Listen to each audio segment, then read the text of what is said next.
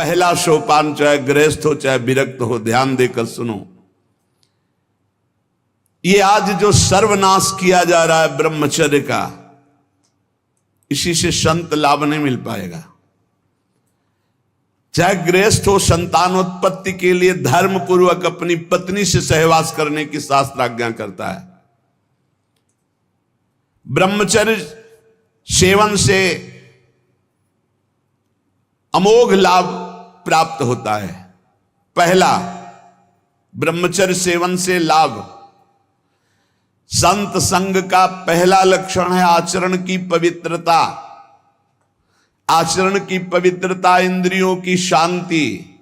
इंद्रियों की शांति अर्थात ब्रह्मचर्य, प्रत्येक इंद्रिय का ब्रह्मचर्य।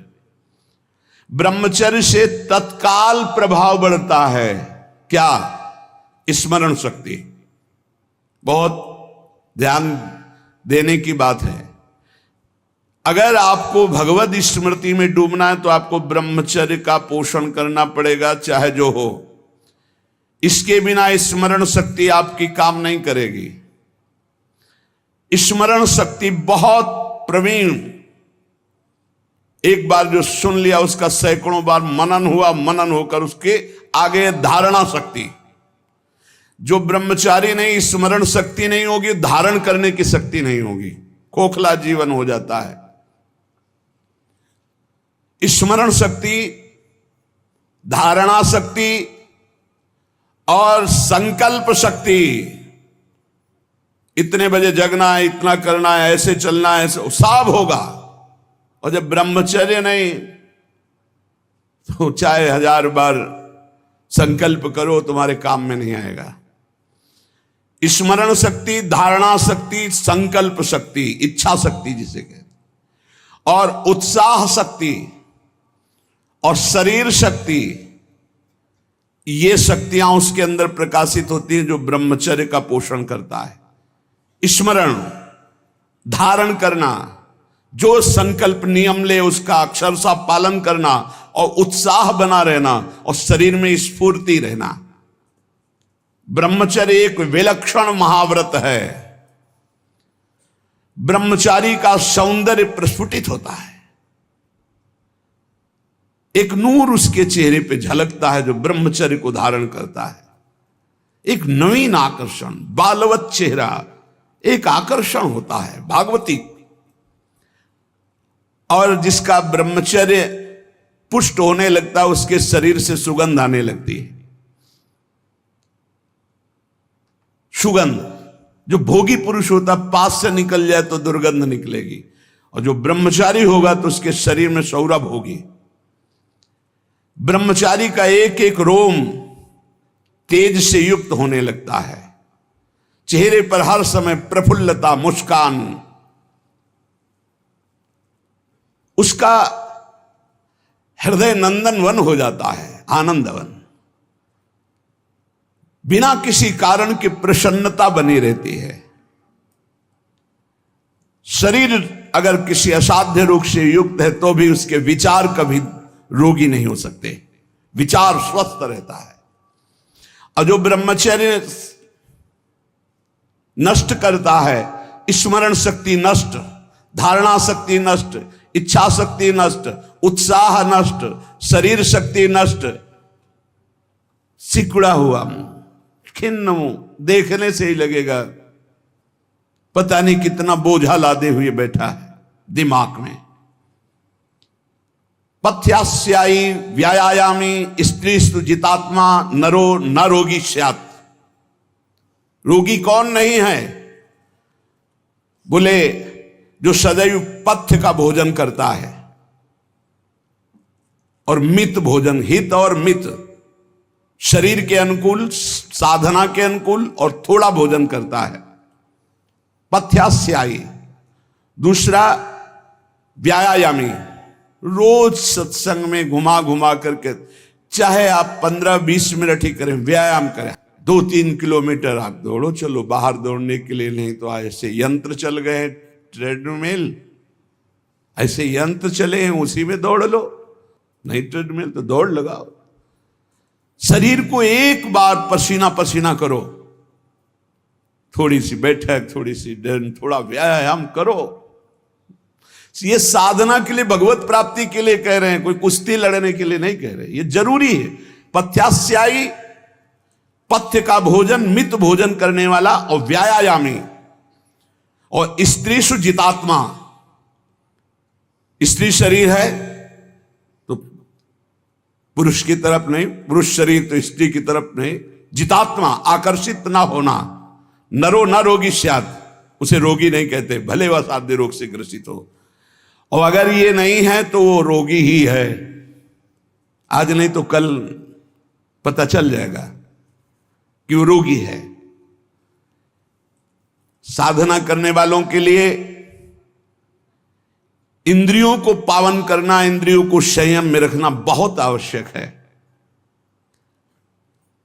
मन के गुलाम, इंद्रियों के गुलाम, स्वेच्छाचारी भोगों की दुर्दशा में पड़ा हुआ मनुष्य है आज।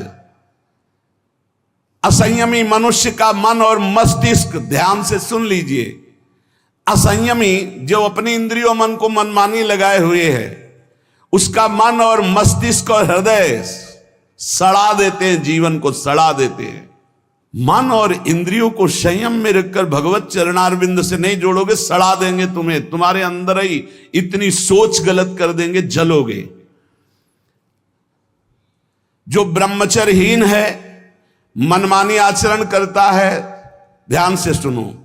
पहला लक्षण अशांत, दूसरा कहीं मन न लगना, अस्थिर चित्त, तीसरा अस्वस्थ, चौथा मलिन स्वभाव, हीन स्वभाव।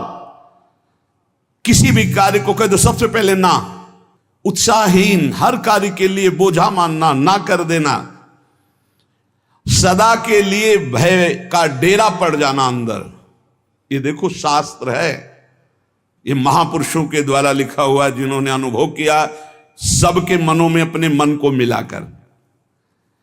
इंद्रियों का जो असंयम है वो हर तरह से मनुष्य को नष्ट कर देता है। लोग अंदर का सुधार नहीं करते। जहां जहां असंयम है वहां वहां अशांति है, दुख है, बेविचार है। संयम विहीन जीवन शुष्क, उदासहीन, पशुवत जीवन है। पूर्ण ब्रह्मचर्य तो देश का, समाज का, आत्मा का, सबका परम लाभ, अपना परम लाभ। चाहे गृहस्थ हो चाहे विरक्त, जरूरी है अपनी शक्ति को नष्ट करना, आवश्यकता के अनुसार धर्मयुक्त प्रयोग तो ठीक है। हम तो प्रणाम करते हैं उन गृहस्थों को जो गृहस्थ होते हुए ब्रह्मचर्य का नियम वृंदावन में लिए हुए और दूर दूर जगह देशों में रहते हैं और ब्रह्मचर्य का नियम लिए हुए। एक तो परिवार अमेरिका में है, आए हुए हैं कुछ समय से, भी हम वृंदावन में सत्संग में भी होंगे। सब सुविधा, अमेरिका जैसे देश में रहने सब सुविधाएं, और बड़े ही सरल सात्विक वृत्ति से, और हितधाम में कसम खाई थी ब्रह्मचर्य की, कि हम दोनों मिलकर के कसम खाते हैं कि आज के बाद ब्रह्मचर्य रहेंगे। कैसा जीवन! अपने तो कितने ऐसे परिवार हैं, हम तो उनको प्रणाम करते हैं जो एक साथ पति पत्नी रहकर संयम पूर्वक जीवन व्यतीत कर रहे हैं। बलिहारी भगवान की असीम कृपा है, जिसके संग का डर बना रहता उसी संग में रहकर दोनों निकल गए। कितनी बड़ी हेतु की कृपा! यह है आश्चर्य, यह है आश्चर्य। रात दिन एक साथ रह रहे हैं, फिर भी कसम खा के ब्रह्मचर्य रहे हैं। कितनी अपार कृपा श्री जी की! कैसा मन कर देती है श्री जी, नहीं तो बहुत कठिन है, बहुत कठिन है। वही जानते हैं जो इस मार्ग में चलते हैं। जो आचरणहीन है, जिसका भोजन ठीक नहीं है, अब लाख बार कहा जाता है सतोगुण भोजन करो, सात्विक भोजन करो। बाजार का ये अमुक चीज आनी चाहिए। कितने ऐसे बाजार की पैकिंग की चीजें निकलते हैं जिसमें कीड़ा रेंगते हुए चलते हैं। आप फिर पता नहीं कौन सी बुद्धि लोगों में फैल रही है कि घर का दाल रोटी बना करके नहीं खाएंगे, बाजार का आना, ऑनलाइन आना चाहिए। ऑनलाइन में हो जाओगे, हाँ ऑनलाइन में चले जाओगे। बहुत समझो सावधान, खान पान, नहीं तो ऑनलाइन में बुद्धि घूमेगी। श्री जी में चित्त लगाने के लिए थोड़ा ऑनलाइन से हटो, थोड़ा सा अपने चित्त को सुधारो। हम कह रहे हैं जबान में अगर सात्विक भोजन केवल जाएगा तो भजन में बहुत रुचि होगी, संयम से रह पाओगे। ये बावरे नहीं थे पुराने संत महात्मा जन की जो सात्विक ब्रजवासियों का अन्न या भिक्षान्न या सात्विक, देखो 10 दिन केवल देखो, शुद्ध दाल रोटी पाओ, मूंग की दाल वाली रोटी पा लो, फिर आप देखो भजन करके, और 2 दिन जरा इधर उधर होटल का पाके देखो, फिर देखो कैसा है। कोई भी कहीं भी हो, सात्विक वृत्ति से अपने घर का भोजन करो, कम से कम दाल पानी से धो लिए हो। और वैसे तो शुद्ध क्या रह गया, इतने केमिकल गेहूं में डाले जाते हैं, वो सब आकर के शरीर के ब्लड प्रेशर को, हृदय को, कई तरह के रोग पैदा करें। अब किसको किसको समझावे। गाय के गोबर आदि से जो फसल होती थी, बहुत 8 मन या 10 मन होते थे। हम किसान के घर में पैदा हुए तो हमें पता है। अब 40 मन 50 मन होती है। तो जब 8-10 मन पैदा होती थी तो सरकारी अस्पताल के बाद स्कूल हमारा था, तो सरकारी अस्पताल के डॉक्टर आते थे, बीच मैदान में कुर्सी डाल के बस हवा खाते रहते थे, कोई मरीजे नहीं होता था। गांव में बुखार आया, 2-4 दिन काढ़ा पिया, ठीक हो गए, अस्पताल जाने की जरूरत नहीं होती थी। और आज अस्पताल में आप चले जाओ तो भीड़ लगी हुई है। क्यों? सब खान पान बिगड़ा हुआ है। तो जो ब्रह्मचर्य पालन करता है, रोग से लड़ने की सामर्थ्य आती है, शोक स्पर्श नहीं कर सकता, मोह पर विचार करने की सामर्थ्य आती, प्रमाद स्थिति नहीं रहती, अकर्मण्यता नहीं रहती, अकाल मृत्यु नहीं होती। ब्रह्मचारी कभी विचारों से दरिद्र नहीं होता है, चिंता नहीं होती, उसके हिंसात्मक वृत्ति नहीं होती, द्वेष नहीं होता, ईर्ष्या नहीं होती, अशांति नहीं होती। ब्रह्मचर्य समस्त दोषों का नाश कर देता है। तमोगुण रजोगुण का विकार, काम क्रोध लोभ मोह मत्सर अभिमान, इन शत्रुओं को पराजित करने के लिए, आत्मा आनंद में स्वराज्य पर स्थित होने के लिए इंद्रियों का संयम ब्रह्मचर्य अत्यंत आवश्यक है। ब्रह्मचर्य का विमल प्रताप प्रकट होता है। वीरवान बलवान होता है, विद्वान होता है, तपस्वी होता है, मनस्वी होता है, त्यागी होता है, तत्व चिंतन परायण होता है। ब्रह्मचर्य में अलौकिक अमानुषिक शक्ति जागृत हो जाती है। अमानुषिक ऐसा कैसे हो सकता है? हो सकता है क्योंकि ब्रह्मचर्य है, क्योंकि भगवत मार्ग का पथिक है। उस शक्ति, उसकी शक्ति के सामने संसार को आश्चर्य असंभव जान पड़ता है। देश का अभ्युत्थान, अपना अभ्युत्थान, समाज का अभ्युत्थान एक ब्रह्मचारी ही कर सकता है, व्यभिचारी नहीं। तो ये मूर्ख लोग ये नहीं समझते कि तुम इंद्रियों की गुलामी स्वीकार करते हो या स्वतंत्रता, मन की गुलामी स्वीकार करते हो या स्वतंत्रता। स्वतंत्रता किसे कहते हैं अभी जाना नहीं। मनमानी आचरण को तुम स्वतंत्र कहते हो कि मैं जो चाहूं। कितने मिनट स्वतंत्र हो जरा देखो, 1 सेकेंड भी नहीं। हर वृत्ति तुम्हें गुलाम बनाए हुए है। क्या इंद्रियों का गुलामी कभी स्वतंत्र हो सकता है?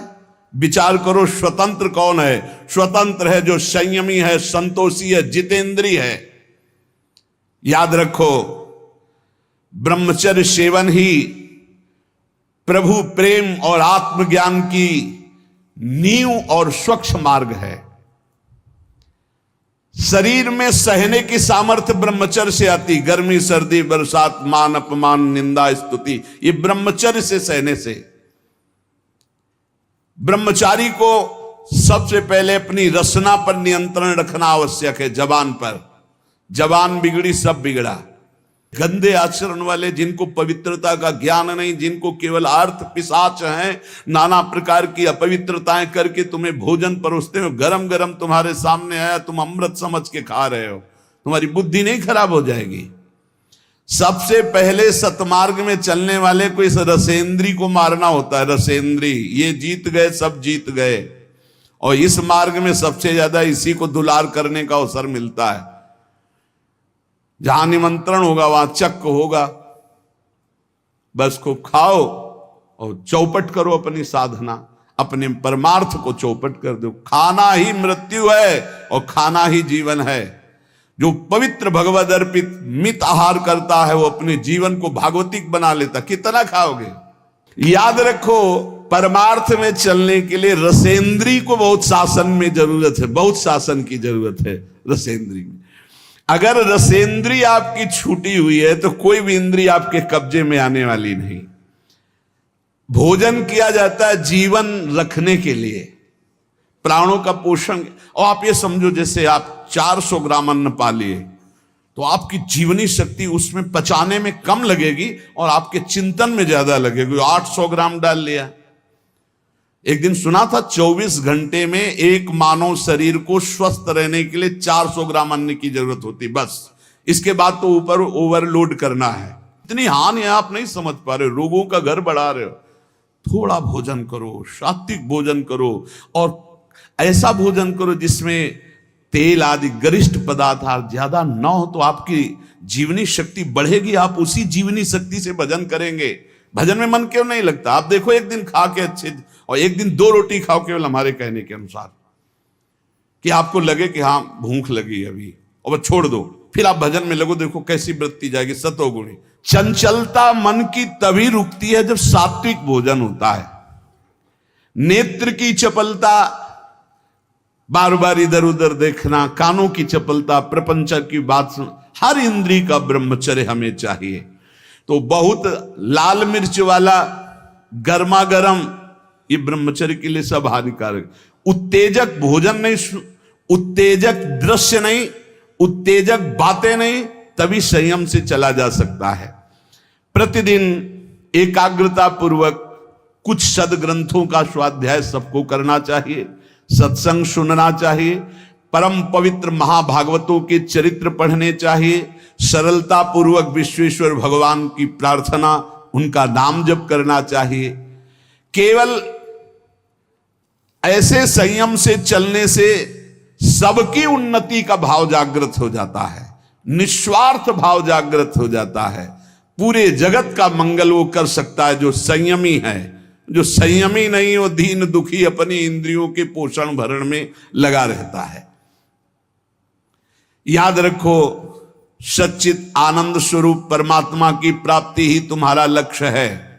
वो अमृतानंद शांत समुद्र तुम्हारे हृदय में है। तुम्हें लगना पड़ेगा इस मार्ग में, तुम्हें प्रयत्न करना पड़ेगा। वो प्रयत्न गुरु कृपा से, भगवत कृपा से है, ये मानना होगा, नहीं तो अहंकार हो जाएगा। नमा ऋषिभ्या पूर्वजेभ्या पूर्वेभ्या पथिकृतभ्या, ये महामोहमय ज्वाल में मैं उन ऋषि मुनियों को नमस्कार करता हूं जिन्होंने हमको ये मार्ग पूर्व में अनुभव करके बताया है। देखो, जैसे तुम्हारे मन की क्या वृत्ति है ये जानना हो, पूरे जगत के मन की क्या वृत्ति है ये जानना हो, तो थोड़ी देर मन को किसी विषयी पुरुष में तदात्म किया जाता है, फिर उसकी जो मन की तरंगे हैं वो सब मन में आती, तब होता है अच्छा ऐसी स्थिति। तो लगता है महात्मा लोग कैसे जानते बिना अनुभव किए? संसार का तो अनुभव नहीं किए, इनको तो संसार का अनुभव, फिर जानते कैसे? वो तुम्हारे मन में जानते हैं। तुम्हारे मन में जो चल रहा, मन को मन में मिलाया और 1 मिनट में सब जान लिया। और वो फिर जब बोलते तो हाँ हाँ ऐसा ही चलता है, ये तो आश्चर्य की बात है, तो ये तो हमारे मन की बात है, क्योंकि तुम्हारे ही मन की बात तो जान करके बोल रहे हैं। तो अनेक जन्मों में भ्रमण करते हुए ध्येय की प्राप्ति के लिए हमें भगवान ने मानव जन्म दिया। हमें अपनी इंद्रियों को संयम में रख करके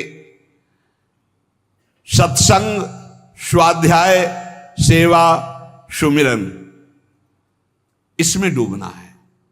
इसमें श्री भगवान स्वयं कह रहे हैं सबरी जी से, प्रथम भगति संतन करि संगा,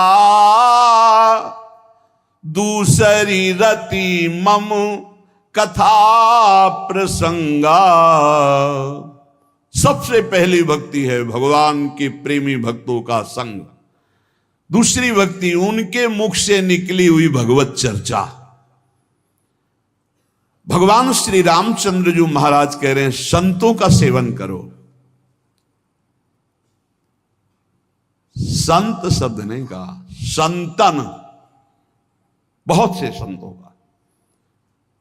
संत और संतन बहुवचन प्रयोग किया। जहां भी भगवान की चर्चा करने वाले प्रेमी भागवत जन मिले, उनकी एक एक बात गौर से सुनो, अपने जीवन में धारण